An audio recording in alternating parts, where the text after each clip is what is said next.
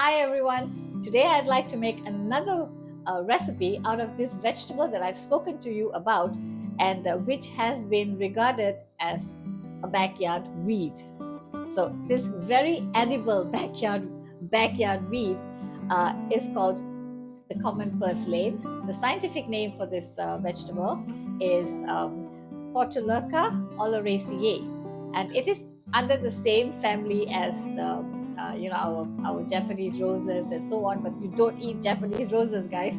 This is an edible version of a plant that derives from the same family. So this is Portulaca oleracea. Can you see this?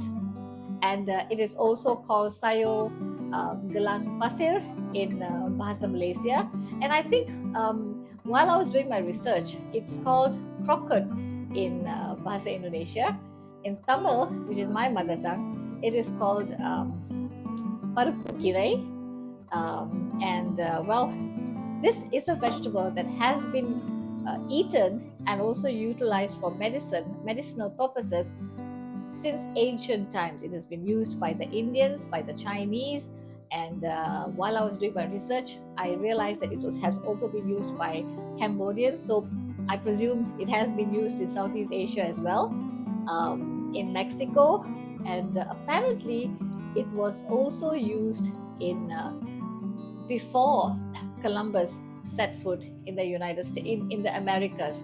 So it was eaten or cultivated by Native Americans during the pre-Columbian era. So this vegetable is an ancient vegetable which sadly has been downgraded to a weed by certain cultures. So I'm here to tell you that this vegetable is extremely healthy and should be eaten and should be cooked by all of us. So the recipes that I am aware of would be in which to cook this vegetable, the common purslane. I'll show it to you once again. This one is basically the traditional Indian methods which I'm used to, where it is cooked into a little, like a thick stew, or in Tamil it's called a kuttu, where you cook it with lentils and some coconut milk and so on, or where you cook it into a poriyal, which is like a dry stir fry, where you add grated coconut and so on. And I'm also aware that this vegetable is cooked with coconut milk, and it's like a sayur tumis in Malaysia and also Indonesia, with chilies and so on. And you stir fry it, and then you add some coconut milk to add some cream, or to add the nice creamy taste. But I wasn't aware that it was also cooked by the Singhalese in Sri Lanka. Now, Sri Lanka, I know, has a lot of Tamilians in that country, where they would cook similar dishes to the dishes that I am used to. But I am not very familiar with Singhalese dishes. And today I have a helper who has been coming to help me for a long time, and she's like a friend to me. And she told me, she gave me a recipe to cook this vegetable in a slightly different way. So that is what I am going to cook today. She just gave me the recipe, and I'm going to cook it for you guys.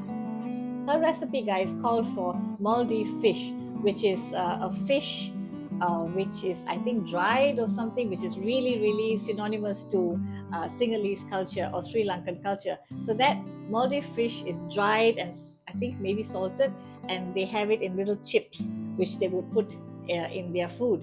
But I didn't have any moldy fish. So instead of that today, I told her about that, and she said that why don't you just use some dried prawns? So that is what I did. So I've substituted moldy fish for dried prawns.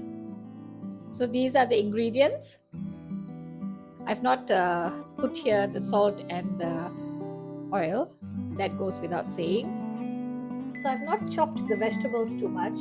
No, it's just like that. It's still in long pieces. I've just pinched the tops off from this purslane, and it's left like this. If you want to chop it, you can always, you're free to do that.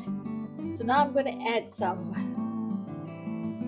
garlic. This is chopped garlic, and then into the hot oil and the onions. Give it a bit of a stir.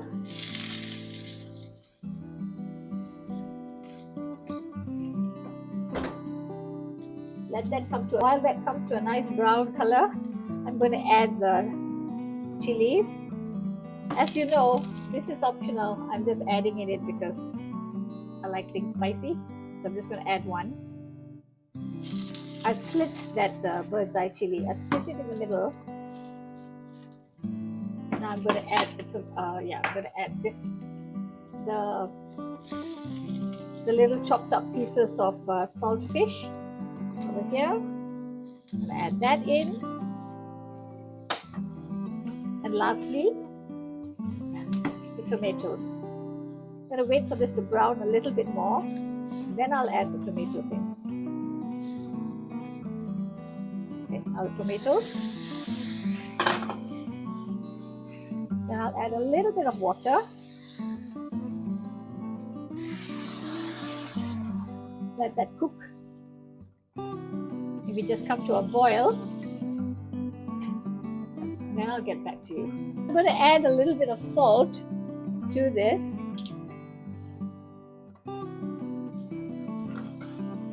Just a tiny bit, because the saltfish already is salty. Then I'm going to add the purslane in. I'm not sure if I should add it now or after the coconut milk, but I'm just going to add this now. Okay. And I'm going to just give it a very quick stir. All the way. Stir it for about a minute. I'm going to add the coconut milk, but as I mentioned, this is 60 ml. It's to taste how much you want. So I'm just going to pour in a little bit. Okay, I think we're going to pour in all of it now. Okay. Initially, I thought just a little bit will do, but now I'm going to add all of it. And let it cook a little bit more for about a minute. It looks very creamy. Add a little bit of water.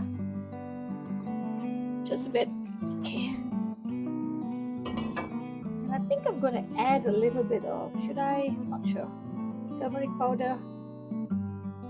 Not sure. She didn't tell me about anything about turmeric powder, so I'm just gonna, well, everything is the first. Okay, let this cook a bit for maybe half a minute. So guys, I'm going to turn off the heat.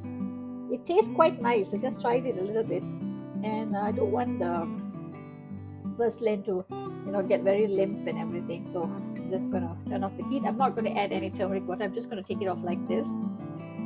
Turning off the heat, and I'm going to plate it. So this is how it looks like. Looks like I've chanced upon a new recipe thanks to my helper Kumari.